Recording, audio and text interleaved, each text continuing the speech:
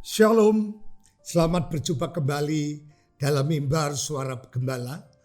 Kita bersama-sama akan belajar kebenaran firman Tuhan. Kita tahu bahwa dalam menghadapi situasi zaman yang akhir ini dibutuhkan iman yang kuat. Di dalam Alkitab Tuhan pernah memberikan pujian kepada seorang perwira Kapernaum. Dikatakan, tak kala dia berkata, katakan sepatah kata saja, niscaya hambaku sembuh. Yesus berkata, iman sebesar ini belum pernah kujumpai di kalangan orang Israel. Tuhan sering berkata, ibu imanmu besar, maka mukjizat terjadi. Jadi kita melihat dan mengetahui bahkan menemukan banyak peristiwa di mana itu berkaitan dengan kualitas iman. Dan saat ini kita akan sama-sama belajar dari Injil Matius 15 ayat 21 sampai ayat 28. Demikian saya bacakan Injil Matius 15 ayat 21. Lalu Yesus pergi dari situ dan menyingkir ke daerah Tirus dan Sidon. Maka datanglah seorang perempuan Kanaan dari daerah itu dan berseru, kasihanilah aku ya Tuhan, anak Daud, karena anakku perempuan kerasukan setan dan sangat menderita. Tetapi Yesus sama sekali tidak menjawabnya. Lalu murid-muridnya datang dan meminta kepadanya, suruhlah ia pergi. Ia mengikuti kita dengan berteriak-teriak. Jawab Yesus, aku diutus hanya kepada domba-domba yang hilang dari umat Israel. Tetapi perempuan itu mendekat dan menyembah dia sambil berkata, Tuhan, tolonglah aku. Tetapi Yesus menjawab, tidak patut mengambil roti yang disediakan bagi anak-anak dan melemparkannya kepada anjing. Kata perempuan itu, benar Tuhan, namun anjing itu makan remah-remah yang jatuh dari meja tuannya. Maka Yesus menjawab dan berkata kepadanya, hei ibu, besar imanmu, maka jadilah kepadamu seperti yang kau kehendaki. Dan seketika itu juga anaknya sembuh. Saudara, kalau kita berbicara tentang kualitas, itu berbicara tentang bobot atau berbicara tentang mutu dari sesuatu yang dapat diukur dengan nilai baik dan buruknya. Sesuatu dikatakan berkualitas itu apabila memiliki nilai-nilai kebaikan yang ketat untuk mengukur kadar kebaikan yang dikandungnya. Tidak ada sesuatu pun yang dapat dikatakan berkualitas tanpa melalui sebuah proses yang disebut dengan ujian. Ujian itu akan menentukan apakah sesuatu itu layak ditingkatkan statusnya atau tidak. Nah, setelah melewati masa belajar pada akhir semester, semua siswa pada akhirnya akan sampai pada sebuah proses yang disebut dengan ujian. Di situ semua siswa akan diuji kemampuannya masing-masing untuk menentukan kualitas dirinya sebagai seorang siswa. Apakah ia layak naik tingkat ke jenjang yang lebih tinggi atau tinggal kelas dan belajar lagi pada materi yang sama dan semester yang sama. Demikian juga iman Kristen, saudara. Iman yang berkualitas itu adalah iman yang sudah berhasil melewati sebuah proses ujian. Jangan katakan kita beriman pada Tuhan, tapi ternyata kita gagal melewati ujian. Jangan katakan kita beriman pada Tuhan, tetapi terlalu cepat menyerah saat kita sedang dalam proses untuk menentukan kualitas iman kita. Nah, saudara, baru saja kita baca dalam firman Tuhan ini di mana seorang perempuan Kanaan, dia berkebangsaan Siro-Fenisia, itu menunjukkan kualitas imannya kepada Tuhan Yesus. Di mana ia menjumpai Tuhan Yesus pada waktu yang tepat.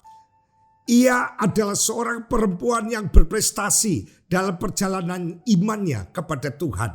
Setelah melewati beberapa tahap ujian iman, akhirnya ia berhasil. Bahkan dia memperoleh penghargaan dari Tuhan. Dalam ayat 28 dari Matius 15 tadi dikatakan, hei ibu, besar imanmu, maka jadilah kepadamu seperti yang kau kehendaki. Dan seketika itu juga anaknya sembuh. Saudara, tahap-tahap ujian iman yang berhasil dilewati oleh perempuan Kanaan itu apa saja? Waktu dia mendengar Yesus melewati daerahnya. Lalu dia berseru-seru kepada Tuhan. Ya Yesus, anak Daud, kasihanilah aku. Tetapi apa firman Tuhan kata dalam ayat 22 dan 23 saudara. Di situ dikatakan saudara bahwa Yesus sama sekali tidak menjawab. Bayangkan, dia sudah berteriak, ya Yesus, anak Daud, kasihanilah kami. Tapi Yesus sama sekali tidak menjawab. Ini saya simpulkan, dia diuji, diproses dalam bentuk ketidakpedulian Tuhan Yesus terhadap teriakannya untuk minta tolong.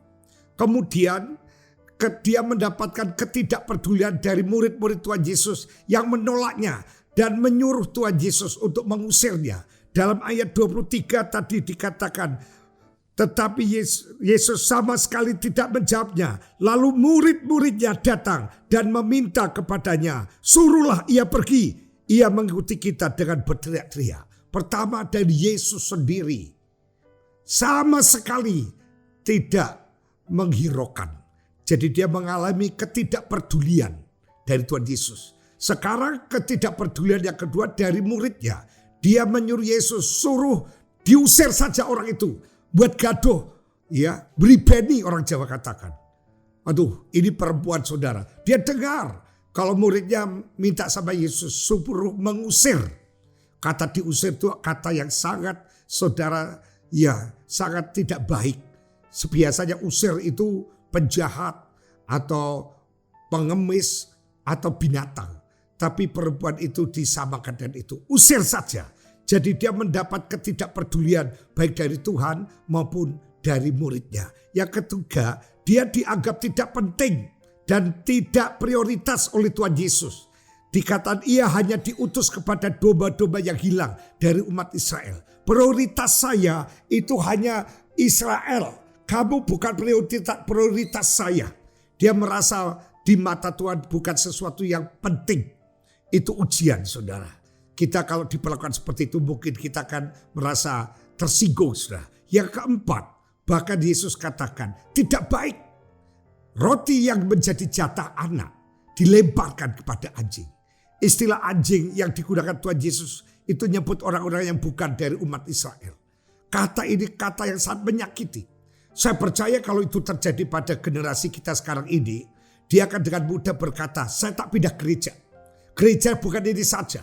Saya merasa diperlakukan tidak baik di sini. Tidak disambut, tidak diwongke. Bayangkan, Yesus sama sekali tidak memperdulikan. Muridnya usir saja. Yang ketika dia merasa bukan diprioritaskan. Saya hanya untuk orang Israel. Bukan untuk kamu. Bahkan dia direndahkan sederajat dengan anjing. Tidak baik. Roti yang harusnya yaitu jatahnya anak dilemparkan pada anjing. Ini 4 ujian yang harus dilewati oleh perempuan ini saudara. Dan perempuan itu berhasil melewati semua proses yang menurut ukuran manusia biasa seperti kita mungkin sangat menyakitkan dan memaksanya untuk mundur dan menyerah. Perempuan itu tidak pernah menyerah, bahkan terus mendesak Yesus dengan tersungkur di kakinya. Dikata dia mendekat tersungkur saudara. Dia tidak tersinggung, dia tidak pergi, dia tidak kecewa. Berusaha mengendalikan perasaannya dengan berpandangan positif atau positive thinking saudara. Di mana ayat 27 dikatakan saudara bahwa kata perempuan itu benar Tuhan. Namun anjing itu makan remah-remah yang jatuh dari meja tuannya. Jadi dia berpikiran positif. Memang kau kata aku anjing orang kafir.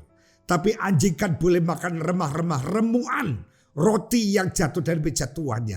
Dia berpikiran positif saudara, positif thinking. Dia tidak mudah untuk dikecewakan oleh kata-kata ini.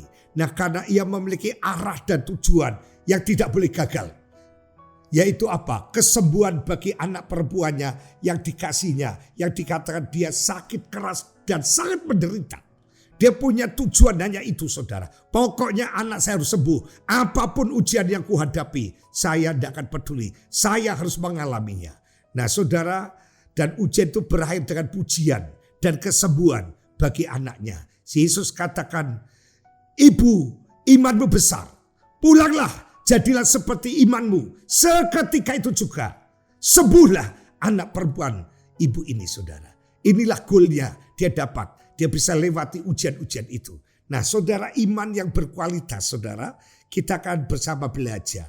Dari kisah perempuan Kanani yang percaya pada Tuhan Yesus, kita mendapatkan sebuah pelajaran yang sangat berharga bagi pertumbuhan iman kita. Iman yang bergairah.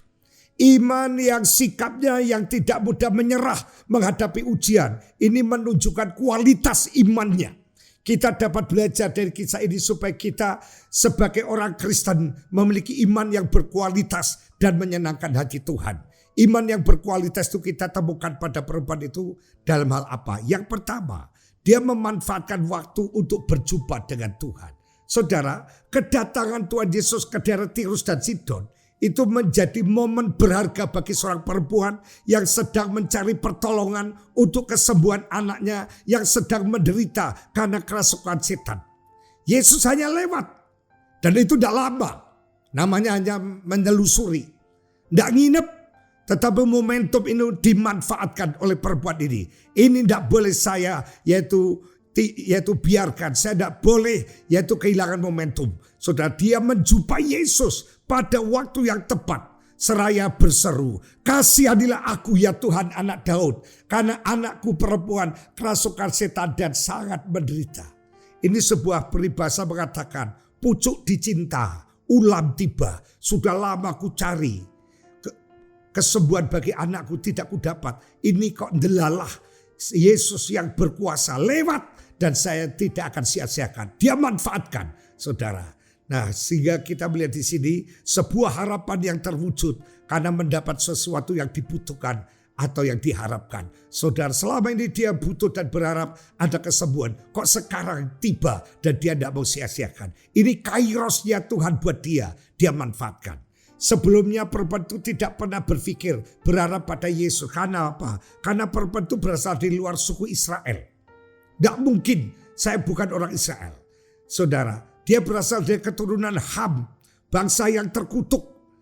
Dan dia terkenal dalam Kejadian 9 saudara. Dalam Ulangan 18 ayat 9 sampai 11. Itu disebutkan saudara satu suku penyembah berhala yang percaya kepada tahayul. Bahkan dia dikatakan dalam Imamat 18 ayat 27. Itu keji dan najis.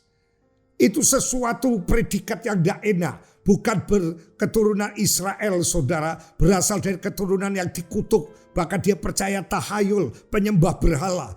Namun perempuan itu cukup mengenal Yesus. Hal itu nampak dari caranya menyebut Yesus. Ya Tuhan anak Daud. Artinya setidaknya ia pernah mendengar tentang Yesus yang menyembuhkan orang sakit. Mengusir setan dan lain sebagainya. Oleh karena itu ketika ia tahu bahwa Yesus datang ke daerah tersebut. Ia pun tidak menyanyiakan dan menunda-nunda waktu dan kesempatan untuk berjumpa dengannya. Dan perempuan ini tidak ada pilihan lain selain menemui Yesus. Ia datang tersungkur di depan kakinya. Bagi perempuan itu tidak ada waktu terbaik selain memanfaatkan kesempatan yang ada. Walaupun sulit baginya menerobos kepadatan manusia yang mengikuti dan mendengar Yesus pada waktu itu. Pertanyaannya, bagaimana dengan saudara dan saya? Apakah kita sudah memanfaatkan waktu dan kesempatan sebaik mungkin untuk menjumpai Yesus? Entah itu dalam bentuk doa, dalam ibadah, atau persekutuan dengan saudara seiman. Mari gunakan waktu kita sebaik mungkin untuk tetap memiliki persekutuan dengan Tuhan sekalipun banyak tantangan. Yang kedua saudara, kita dapat pelajaran tumbuh semakin kuat ketika pencobaan datang saudara. Ayat 25, tetapi perempuan itu mendekat dan menyembah dia sambil berkata, Tuhan tolonglah aku. Tetapi Yesus menjawab, tidak patut mengambil roti yang disediakan bagi anak-anaknya dan melemparkan kepada anjing. Kata perempuan itu, benar Tuhan, namun anjing itu makan remah-remah yang jatuh dari meja tuannya. Dia sudah dibombardir dengan membuat dia sebetulnya kecil hati, kecewa, tidak ada harapan. Dikatakan diamkan saja, diusir. Bahkan bukan jadi prioritas, bahkan disamakan dengan anjing. Itu sudah cukup untuk perempuan itu meninggalkan Yesus. Saudara, dari sini kita melihat bahwa bagaimana perempuan itu menjaga stabilitas imannya ketika berhadapan dengan masalah pada saat dia mau menjumpai Yesus. Dari kronologis kisah yang dicatat oleh Matius memperlihatkan keteguhan hati perempuan itu. Dari awal dimulai perjumpaan dengan Yesus sampai kepada akhirnya dia memperoleh apa yang ia harapkan dari Tuhan. Perempuan itu mencoba untuk bertahan tahap demi tahap. Ia mengelola pikirannya dan perasaannya supaya tidak mudah goyah dan menyerah. Perempuan itu sedikit pun tidak berpikir untuk mundur. Semakin dihalangi, semakin mendekat bahkan menyembah Tuhan. Tidak ada celah untuk membela diri, tetapi justru berpikir positif dan merendahkan diri di hadapan Tuhan. Imannya tidak dapat digagalkan oleh pencobaan.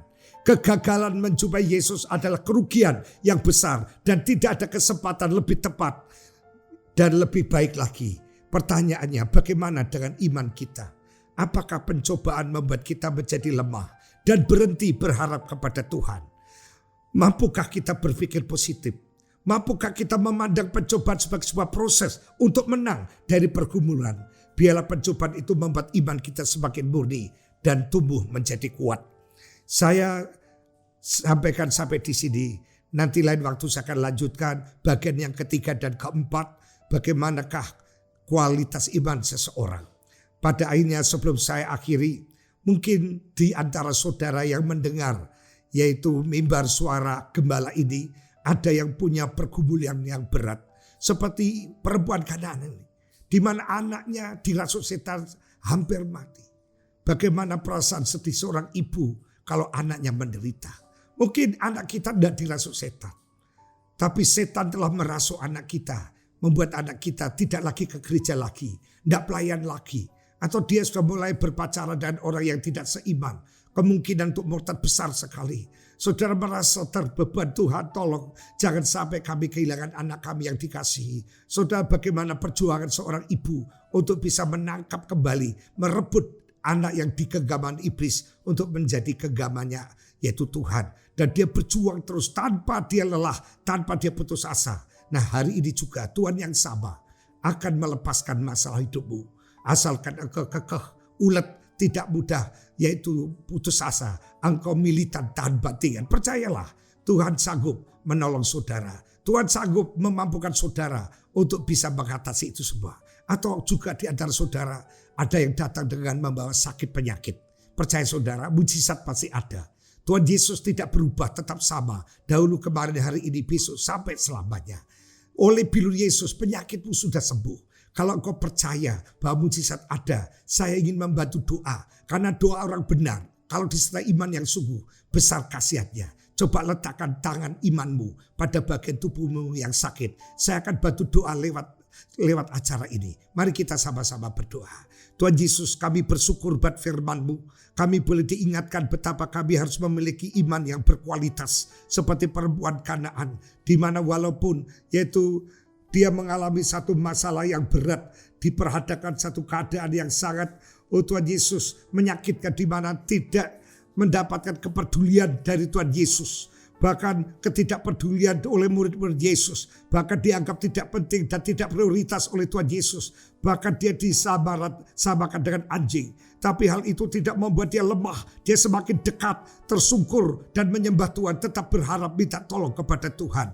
Karena perempuan ini memiliki goal yang jelas, yaitu supaya anaknya sembuh. Pada saat ini Bapa, tanamkan firman-Mu dalam hati kami. Berikan kepada kami semangat kerinduan untuk memiliki kualitas iman yang kuat seperti perempuan Kanaan ini. Sehingga di masa yang sukar kami bukan orang-orang yang tergolong mundur, tetapi tetap kuat, tetap bertahan. Sekalipun diterpa banyak ujian, godaan, cercaan yang melemahkan, yang menyusahkan, yang menyedihkan. Tapi kami percaya Tuhan pasti tolong dan kami pasti akan tertolong oleh Tuhan. Kalau ada yang mengalami masalah, Tuhan tolong. Yang lemah kuatkan, yang susah hiburkan, yang putus asa Tuhan berikan pengharapan, yang menghadapi butuh jalan buka jalan. Kalau ada yang sakit, Tuhan jamah. Lihatlah tangan-tangan iman umat-Mu yang mendengar acara ini. Saat ini dia meletakkan tangannya. Mungkin ada yang sakit jantung, mungkin ada yang sakit paru-paru, ginjal, liver, bahkan Tuhan penyakit diabetes, penyakit Tuhan Yesus asam lambung, bahkan penyakit-penyakit lain